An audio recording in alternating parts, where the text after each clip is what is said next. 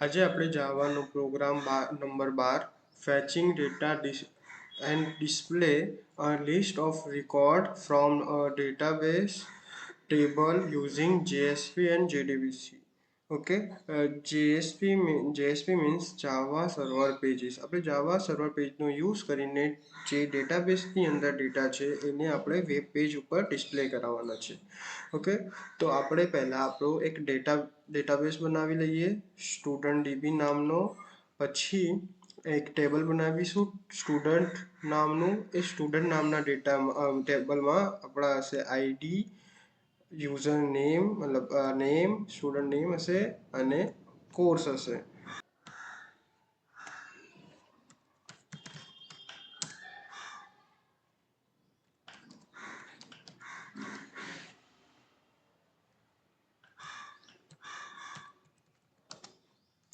Database student dB. Okay, તો આપણું database create થઈ ગયું છે. હવે આપણે તેને યુઝ કરીશું. યુઝ કમાન્ડનો યુઝ કરીને યુઝ સ્ટુડન્ટ ડીબી. અચ્છા,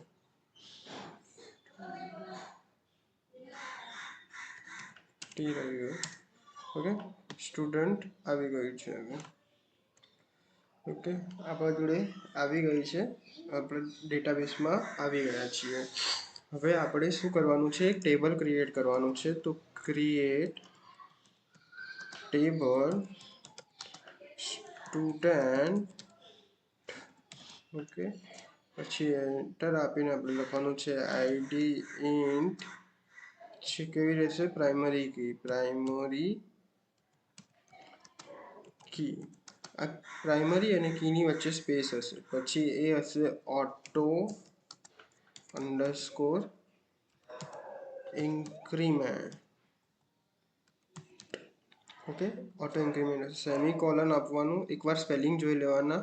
ઇન્ટ જોઈન્ટના સ્પેલિંગમાં મિસ્ટેક કરી છે તો ઇન્ટ. ઓકે, એના પછી છે પ્રાઇમરી કી છે અને ઓટો ઇન્ક્રીમેન્ટ છે.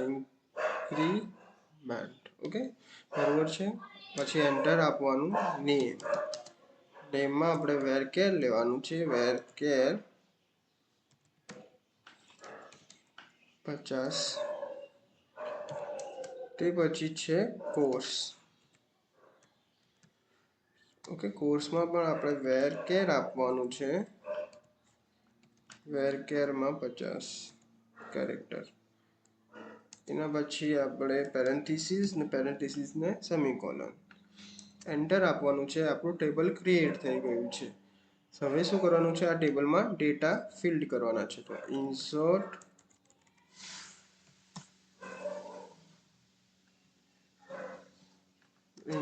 ઇન્ટુ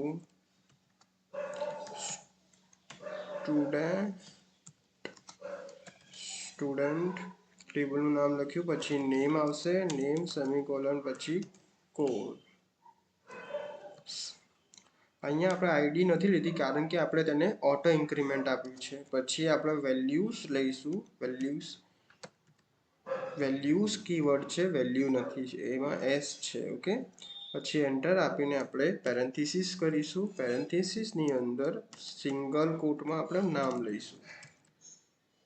ઓકે, ને આપણે સિંગલ કોટની અંદર કોર્સ લઈશું. પછી બીજો એક ડેટા નાખીશું. પેરેન્થીસીસ સિંગલ કોટ એની અંદર નામ.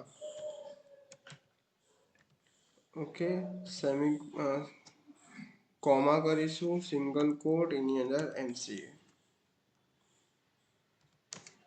બીજો એક ડેટા નાખી દઈએ. પેરેન્થીસીસ સિંગલ કોટ પ્રિયા. ઓકે, અને એમાં આપણે નાખીશું BSc. ઓકે, હવે સેમિકોલન કરીશું. એન્ટર આપીશું. તો આપણને મેસેજ આવ્યો રેકોર્ડ 3 ડુપ્લિકેટ ઇઝ 0 અને વોર્નિંગ ઇઝ 0. રો અફેક્ટેડ, મતલબ 3 રો અફેક્ટ થઈ છે, આ એન્ટર થઈ છે મતલબ. હવે આપણે અહીંયા જોઈ લઈએ કે આપણે ડેટા થયા છે કે શું થઈ છે. તો સિલેક્ટ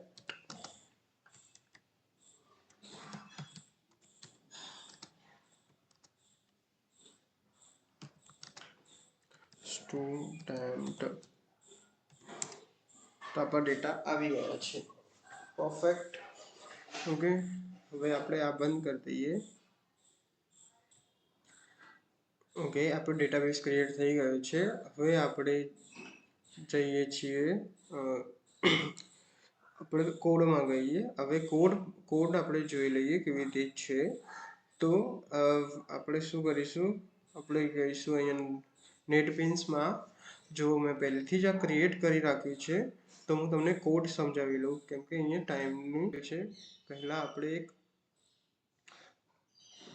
ન્યૂ પ્રોજેક્ટ બનાવ્યો છે, જાવા વિથ મીવી. એમાં વેબ એપ્લિકેશન નેક્સ્ટ કરીને પછી આપણે એમાં નામ આપવાનું કોઈ બી, ને એને પછી નેક્સ્ટ કરીને બનાવી દેવાનું. ત્યારે તમારી જોડે આવી રીતે એક પ્રોજેક્ટ બનીને આવશે.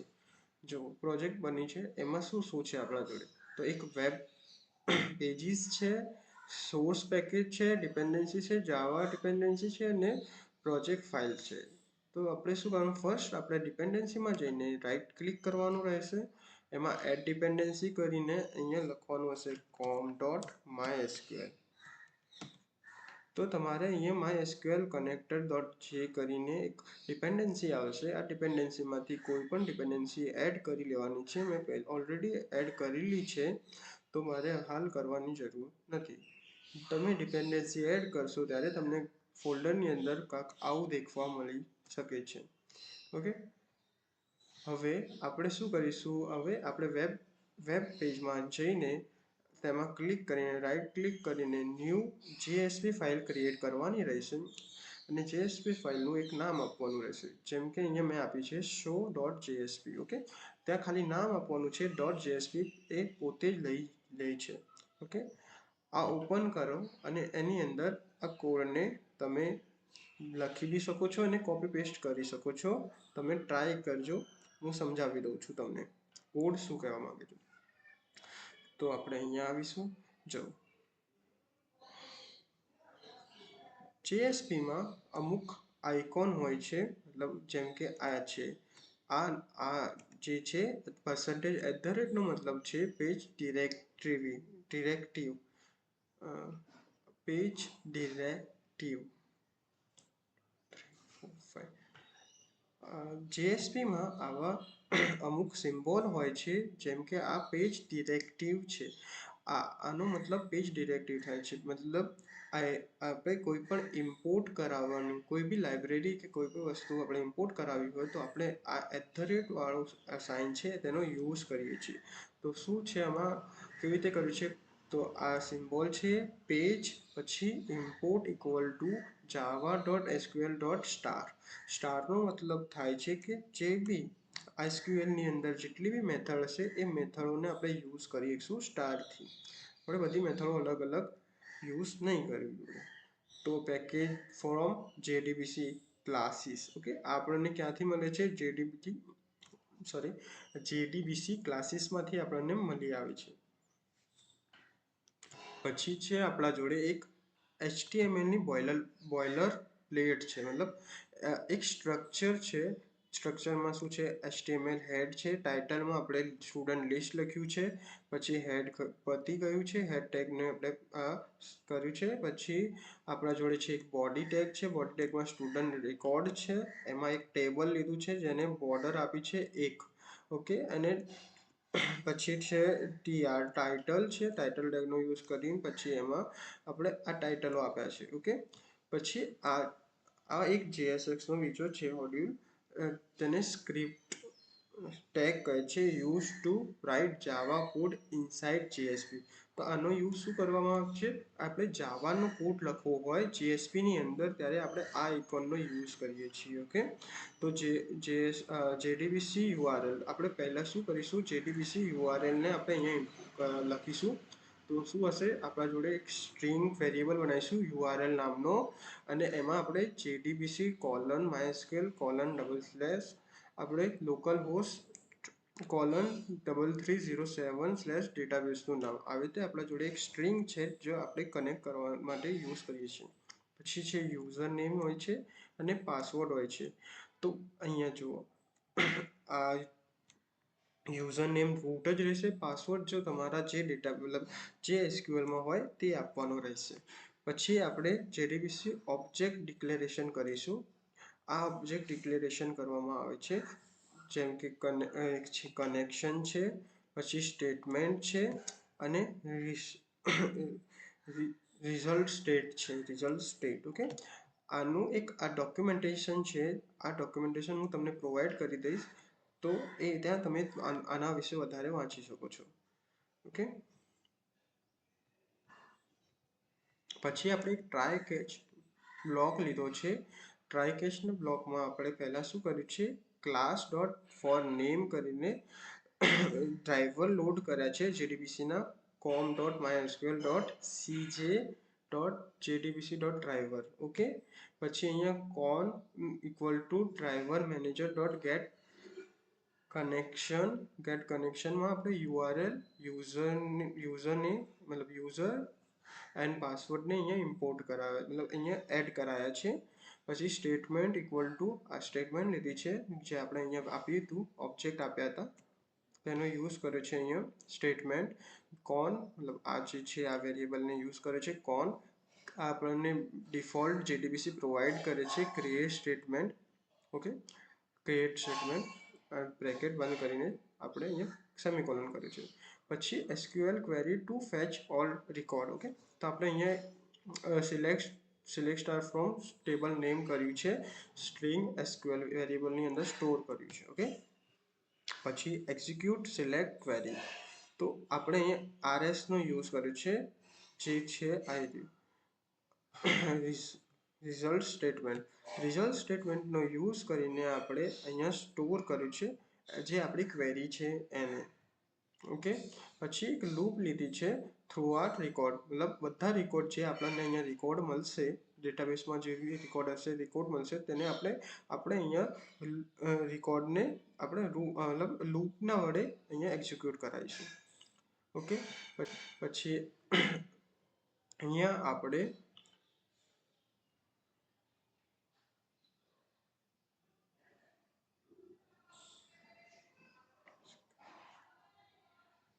સ્ક્રિપ્ટ ટેગને બંધ કર્યો છે. ઓકે, સ્ક્રિપ્ટ ટેગને બંધ કર્યો છે. પછી શું છે, પછી આપણે TR કરીને મતલબ અહીંયા HTML મતલબ JSX પાછું લખવાનું સ્ટાર્ટ કર્યું છે નોર્મલી. તો અહીંયા આપણે TR કરીને એક્ઝિક્યુટ કરીને અહીંયા પાછો આપણે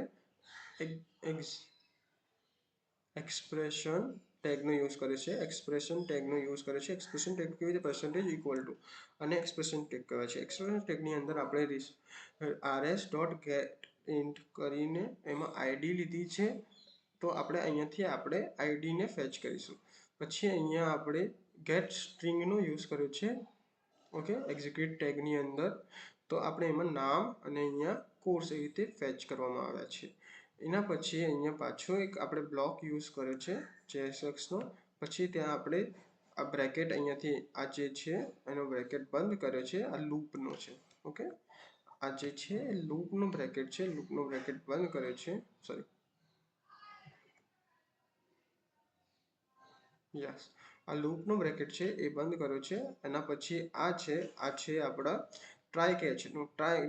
ટ્રાયનો બ્રેકેટ છે. અહીંયા ટ્રાયનો બ્રેકેટ બંધ કરીને અહીંયા કેચ સ્ટેટમેન્ટ લીધી છે. કેચ સ્ટેટમેન્ટની અંદર આપણે એક્ઝિક્યુટ લીધો છે, મતલબ એરરને ડિફાઇન કરે છે અને આઉટ ડોટ પ્રિન્ટ કરાય છે. જો ક્યારેક બી મતલબ અહીંયા કોઈ પણ JDBC કનેક્શનમાં કોઈ પણ એરર આવે ત્યારે આ કેચ સ્ટેટમેન્ટ રન થશે. અને ફાઇનલીમાં આપણે શું કર્યું છે, જે સ્ટેટમેન્ટ આપણે અહીંયા ઓપન કરેલી છે, જેમ કે અહીંયા ઓબ્જેક્ટ જે ક્રિએટ કર્યા હતા એમને આપણે અહીંયા સ્ટોપ કર્યા છે. તો મતલબ આ રન થયા પછી આ બધા ક્લોઝ થઈ જશે, RS સ્ટેટમેન્ટ અને કોલ. અને સિચ્યુએશન આવી રીતે જ રાખવી સારી રહેશે. ઓકે, ને પછી આપણે ટેબલ ને HTML ક્લોઝ કર્યું છે. આપણે હવે આને રન કરીને એકવાર ચેક કરી લઈએ. આપણે આવી જઈશું આપણા નેટબીન્સમાં, નેટબીન્સ આઈડીમાં. હવે અહીંયા કોડ લખ્યો છે, એ જ કોડ છે અહીંયા. ઓકે, તો આપણે એને રન કરીને ચેક કરી લઈએ. તો આપણે શું કરીશું, અહીંયા જઈશું પ્રોગ્રામમાં, મેઇન પ્રોગ્રામ નામમાં રાઈટ ક્લિક કરીને રન પ્રોગ્રામ કરીશું. થોડું ટાઈમ લેશે. ટોમકેટ સર્વર. ઓકે, અહીંયા આવી ગયું છે. આપણે ઓકે આપીશું. ઓકે આપ્યા પછી આપણને HTML પેજ ખુલશે. ઓકે, HTML પેજની અંદર ખાલી શું કર્યું છે, એક એ ટેગનો યુઝ કરીને મેં અહીંયા રીડાયરેક્ટ કર્યું છે. એક મિનિટ બતાવી દઉં છું હું તમને. અહીંયા મેં શું કર્યું છે, એ ટેગ લીધો છે એમાં અને શો પેજમાં રીડાયરેક્ટ કર્યું છે. તો હવે હું અહીંયા ડેટા શો પર ક્લિક કરીશ તો મને